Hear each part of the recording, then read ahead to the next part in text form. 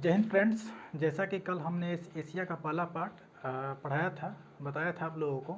आज हम लोग एशिया के सेकंड पार्ट पे आएंगे। 3 पार्ट की चर्चा हमने कल किया था।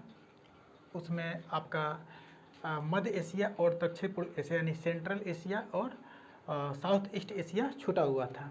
तो आज इसको हम लोग पार्ट को कर लेते हैं। जैसा कि हमने कल बताया था आपको कि किसी भी चीज़ को या किसी भी जगह को पढ़ने से पहले सबसे पहले हम उसके राजनीतिक स्वरूप, भौतिक स्वरूप, आर्थिक स्वरूप और सामाजिक स्वरूप के बारे में जानकारी हासिल करते हैं।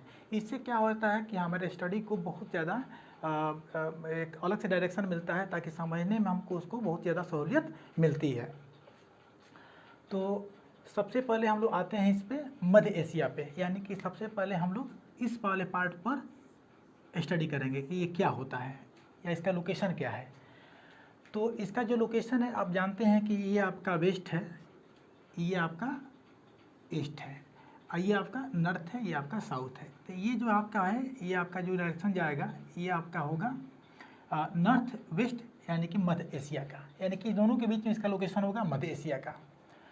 अब लोकेशन इसका होगा क्या, कहाँ पे इसकी अवस्थिति होगी? तो डिफिनेशन में आपको लिखे हैं कि कैस्पियन सागर और अराल सागर के समीपवर्ती देशों को इस क्षेत्र में शामिल करते हैं। तो जब हम आपको पढ़ाएंगे मध्य एशिया, तब वहाँ पर आपको हम लोकेशन क्लियर कर देंगे कि कैस्पियन सागर और अराल सागर के समीपवर्ती देश कौन कौन से आते हैं इसमें, और उसमें हम लोग किस किस प्रकार के देश को शामिल करते हैं। और ऐसे आप लोग एटलस अगर लेकर बैठे हैं तो इसमें आपको दिख जाएगा कि कौन कौन से देश आते हैं। तो जब पढ़ाएंगे तो यहाँ पे आप लोग को हम बता देंगे। अभी फिलहाल इतना आप लोग समझिए, लोकेशन मार्क कीजिए। फिर उसके बाद आता है आप लोगों का दक्षिण पूर्व एशिया, यानी कि हम इस वाले पार्ट का जो है बात कर रहे हैं। ये वाला पार्ट है, इस पार्ट का बात हम कर रहे हैं। तो जो भारत से पूर्व और दक्षिण के क्षेत्र में आता है, यानी कि ये आपका ईस्ट हो गया, ये आपका वेस्ट हो गया, और ये दोनों के क्षेत्र के बीच में आता है, जिसको हम लोग इसी के नाम से, इसको दक्षिण पूर्व एशिया के नाम से हम लोग जानते हैं। और मार्किंग में ये आप देखिएगा कि इस क्षेत्र में एक संगठन है जिसका नाम आसियान पड़ता है। आसियान, सबसे पहले इसका लोकेशन आप लोग जान लीजिए कि लोकेशन जो होता है वो म्यांमार से लेकर के और फिलीपींस तक का जो भू राजनीतिक क्षेत्र आता है, इस क्षेत्र को हम लोग दक्षिण पूर्व एशिया के नाम से जानते हैं। इस प्रदेश में एक आसियान संगठन है, जैसा कि हमने आपको पढ़ाया होगा कि जो दक्षिण एशिया था, इसमें आप लोग सार्क एक संगठन पढ़े थे, उसी तरह से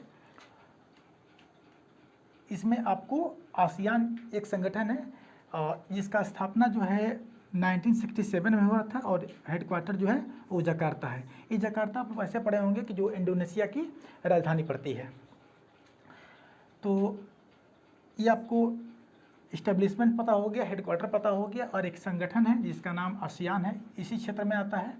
तो इस संगठन का आप लोग नाम जान गए, और इसका फुल फॉर्म होता है association of south east Asian Nations होता है, क्योंकि बहुत सारे इसमें कंट्री होते हैं। तो इसमें आपको इसलिए नेशंस पढ़िएगा, नेशन न पढ़ करके। आपको ऑप्शन में दे सकता है कि इसको हटा भी सकता है, लेकिन आप जब तक इस ना लगाइएगा इसमें तब तक सही नहीं होगा।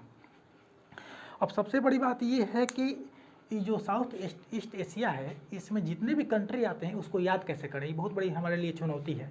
कुछ चुनौती नहीं है, थोड़ा सा अगर आप मैप में देखिएगा तो आप इसको क्लियर कर लीजिएगा। कुछ भी बड़ी चुनौती नहीं है, आप इसको हम बता रहे हैं। जैसे ही आप देखिएगा कि जो पूर्वोत्तर राज्य होता है भारत का, जो अरुणाचल प्रदेश जहाँ से ख़त्म होता है, उसके जैसे ही आप पूरब जाइएगा तो सबसे पहले पड़ता है आपका म्यांमार। फर्स्ट में आपका म्यांमार पड़ेगा। फिर उसके बाद सेकंड में जाइएगा तो आपका थाईलैंड पड़ेगा। फिर इसके आप पूरब में जाइएगा, सॉरी थाईलैंड में टी से होगा। जब इसके पूरब में जाइएगा तो आपको लाओस पड़ेगा, और जब फिर इसके पूरब में जाइएगा तो आपको पड़ेगा वियतनाम। फिर इसके म्यांमार के दक्षिण में आप आइएगा तो ये आपका पड़ेगा कंबोडिया। आज जो ई वाला एरिया होगा, ई आपका होगा एम फॉर मलेशिया,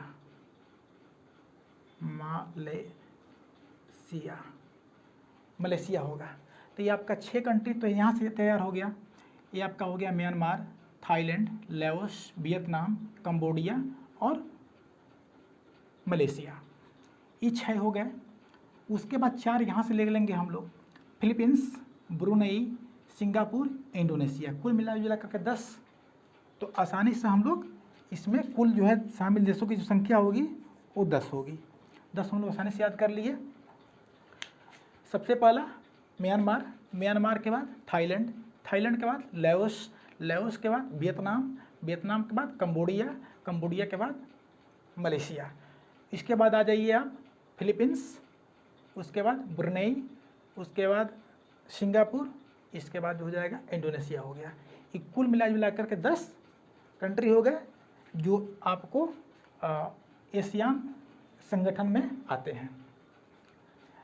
जितना बेहतर हम कल भी बताए थे, जितना अच्छा से मैपिंग कीजिएगा उतना बेहतर आप अपने ज्योग्राफी को बनाइएगा, है ना। किसी भी अच्छे काम को करने में समय लगता है, वक्त लगता है। ऐसा नहीं कि 1 साल के 1 महीने की पढ़ाई, 6 महीने की पढ़ाई, साल भर की पढ़ाई में कोई बहुत बड़े ऊंचाई पर पहुंच जाता है। ये कंटिन्यूसली प्रोसेस है जिससे हर एक आदमी को गुजरना पड़ता है, हर एक सफल आदमी को गुजरना पड़ता है। और ये मैं इसका सेकंड पार्ट को रखा, और हम लोग अगले जो है वीडियो में पढ़ेंगे कि जितने भी आपको हम पढ़ाए हैं, दक्षिण एशिया या मध्य एशिया, दक्षिण पूर्वी एशिया या आपका पूर्वोत्तर एशिया, इसमें टोटल में हम लोग एक एक चीज़ को विधिवत पढ़ेंगे। जितने भी कंट्री आएंगे सबके बारे में कुछ ना कुछ मतलब जानकारी हासिल करेंगे। ये प्रयास कैसा लगा ये ज़रूर बताइएगा, और ये आप लोगों को कितना हेल्प कर रहा है वीडियो, और जितना हमसे हो पा रहा है उतना मैं ज़रूर करूँगा इस चीज़ को। और एक कमेंट डालिएगा, क्योंकि आपका जो कमेंट होगा हमारे लिए गाइडलाइन होगा। और इसके लिए मैं आप लोग का हम आप लोग सदा आभारी रहेंगे। और अगर चैनल को सब्सक्राइब नहीं किए हैं तो प्लीज़ चैनल को सब्सक्राइब कीजिए और सपोर्ट कीजिए।